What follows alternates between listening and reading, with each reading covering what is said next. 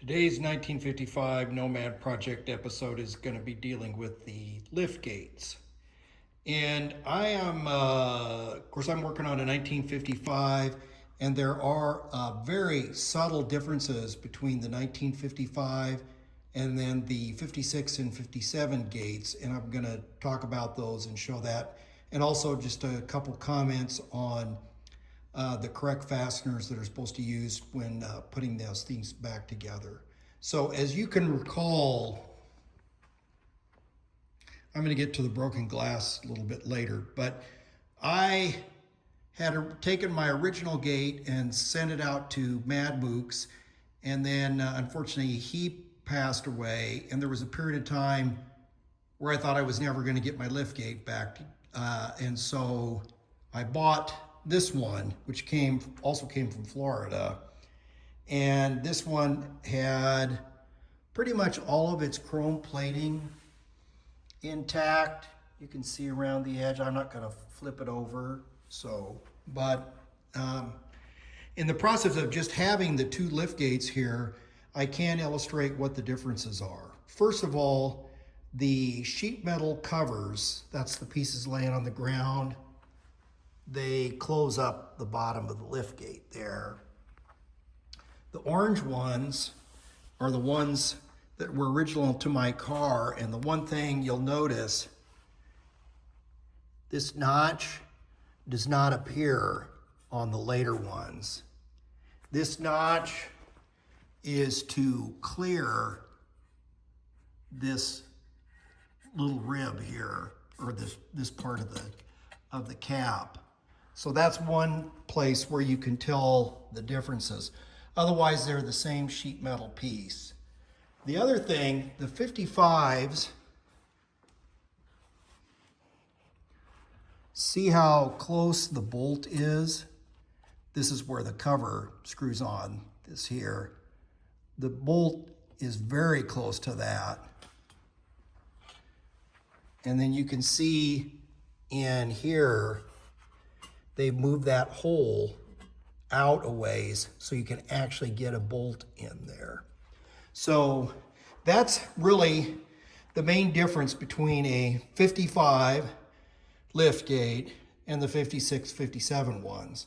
Now, the one thing that I am not talking about are the brass lift gates, which apparently went with the first 500 or so cars made for the 1955 model year. If you want more information on that, Don's Hot Rod Garage, who has a lot of really good Nomad content, he talks about the brass ones, and I am not prepared to address that issue, or nor do I have firsthand knowledge on any differences that might exist in that. So anyway, while these are both apart, laying here together, that's how you can tell a 55 from a 56 and 57. Just a couple small details. To secure this piece here, it uses these special bolts with the recessed head, because you can't get a screwdriver in there to drive that thing in there. So you got to make sure that you have those correct fasteners. Now,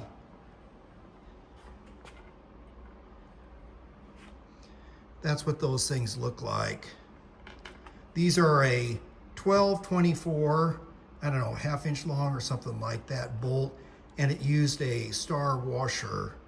The other thing, the screws that hold the side frames to the face frame, I don't know if these are aftermarket ones I bought, but the originals have a large head, Phillips head, and a captive star washer.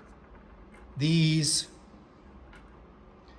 have a much smaller head. They'll work and they'll hold the thing on, but I don't believe those to be correct. So that's just something to think about when you're taking your lift gates apart or putting them back together. Again, a little bit of the original orange paint there for the interior, not the exterior. And then I have the parts that are furnished with the gas cylinder kit. And I did convert mine and got rid of my torsion spring. So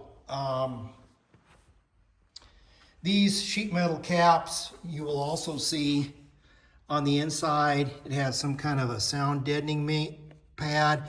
Must be to keep those things from rattling. And I don't know if it's original or not, but this is the inside face, and the outside face has black paint. Now, my car, I do believe, was an original all-black car, I do believe.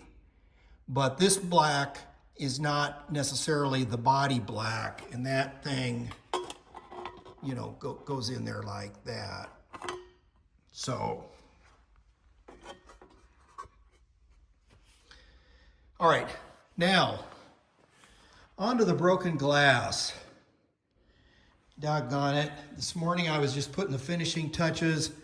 I'm converting my car from clear glass to green glass, and the clear glass that's in this one now is the original glass to the car, and the green glass was what came in the replacement liftgate. So I was going to use that green glass. I was in the process of moving the screws. Those screws were actually screwed in here. This is the top of the frame, and that's where the hinge goes on.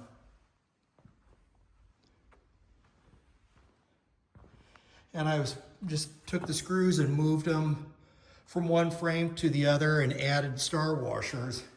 And I got down to these last two screws. Well, unfortunately, the top threads were crossed on that. No problem. These are all 1/4-20s. That's what a 1/4-20 fastener looks like. I grabbed my tap, 1/4-20 tap, and I just ran it down through the hole. That one went fine, but on this one, when I screwed it down, I just nicked the edge of the glass and it just exploded. So anyway, sayonara to a really nice 70-year-old piece of glass. I definitely had potty mouth for a few minutes after the explosion. So I'm out here. I thought while they're apart, I'm going to talk a little bit about lift gates and just share some knowledge.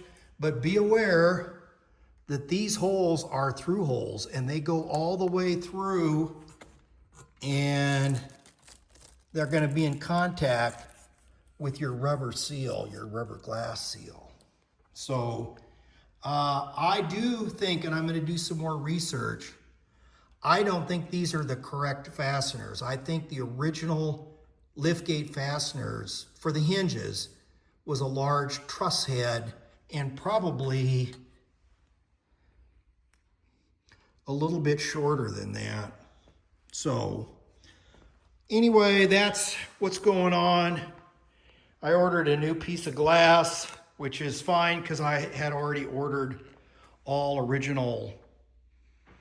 I ordered green glass, replacement green glass for the sides, and now I'm going to have a aftermarket green glass for the liftgate, which is fine, I guess.